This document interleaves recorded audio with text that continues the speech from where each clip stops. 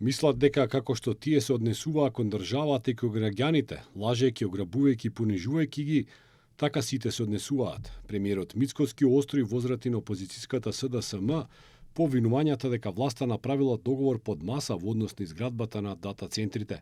Според него, паниката што ја шири опозицијата е тотална невистина, незнаење и непознавање, а тој како премиер се срами што тие луѓе кои ги испраќаат овие пораки имаат политичка тежина и водат политички партии. Ние немаме намера како влада, тоа сме го покажале во овие 25-6 месеци, ништо да правиме под маса.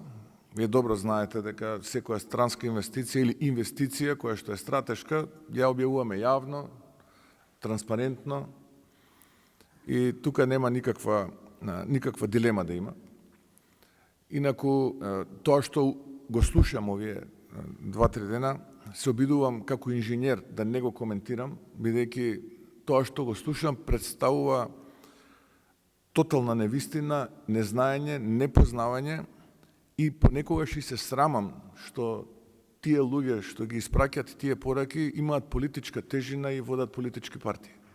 Во однос на проектот во Пехчево, премиерот вели дека државата нема ништо со тоа, дека станува збор за приватна иницијатива и станува збор само за предлог на нацрт урбанистички план.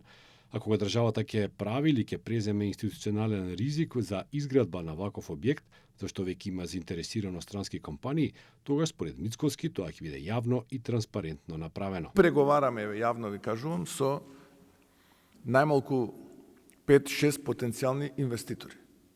Меѓу нив е и голема мултинационална компанија. И нема да отстапиме од тој чекор, ни милиметар. Реакцијата на премиерот следи по обвинувањата на опозицијската СДСМ и нивниот лидер Венко Филипче дека не само што изградбата на ваквите центри ќе била штетна, туку и дека владата тајно преговарала со инвеститори. Филипче дури си ја припише заслугата што проектот во Пехчево во моментов е стопиран.